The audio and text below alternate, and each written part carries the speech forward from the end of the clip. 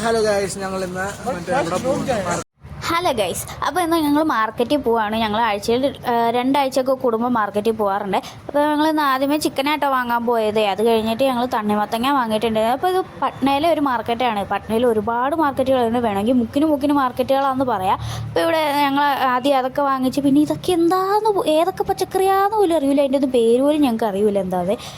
ഒരുത്തുനിന്ന് കണ്ടോ ഹനുമാൻ ഗത പിടിച്ചോണ്ടിരിക്കുന്ന പോലെ തണ്ണിമത്തങ്ങ പിടിച്ചോണ്ട് നിൽക്കുന്നത് എൻ്റെ ഒരു കിണി. അത് കഴിഞ്ഞിട്ട് ഞങ്ങൾ കുറേ സാധനം, ഇവിടെ കുറേ പച്ചക്കറികളുണ്ട്, എല്ലാത്തിൻ്റെ പേരൊന്നും അറിയില്ല.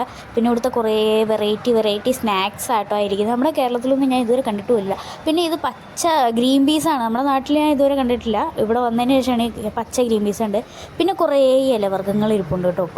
നമ്മുടെ നാട്ടിലെ ചീര, ഉള്ളീൻ്റെ എന്തോ ഇലയും കാര്യങ്ങളും, പിന്നെ മല്ലിയില അങ്ങേ അറ്റത്തിരിക്കുന്നുണ്ട്. പാലക്കെന്നെങ്ങാണ്ടാണ് പേര്, പക്ഷെ നമ്മുടെ നാട്ടിൽ മൊയൽച്ചെവിയം പോലെ ഇരിക്കും കണ്ടു കഴിഞ്ഞാൽ.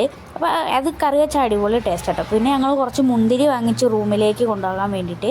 പിന്നെ ഇവിടെ പേരയ്ക്ക ഉണ്ടായിരുന്നു, എനിക്കത്ര വലിയ ഇഷ്ടപ്പെട്ടില്ല.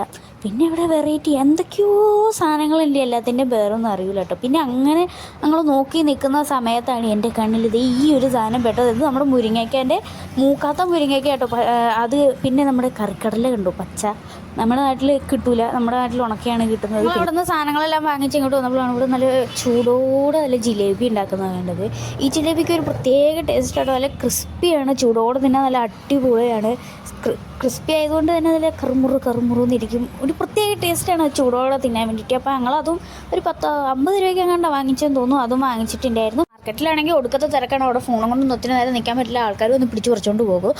എന്നിട്ട് ഞങ്ങൾ സാധനങ്ങളെല്ലാം വാങ്ങിച്ച് ഞങ്ങൾ പതിയെ റൂമിലേക്ക് നടന്നു പോവുകയാണ് ഗൈസ്. അപ്പോൾ ഞങ്ങളുടെ ഇന്നത്തെ വീഡിയോ ഇത്രയേ ഉള്ളൂ. Bye bye.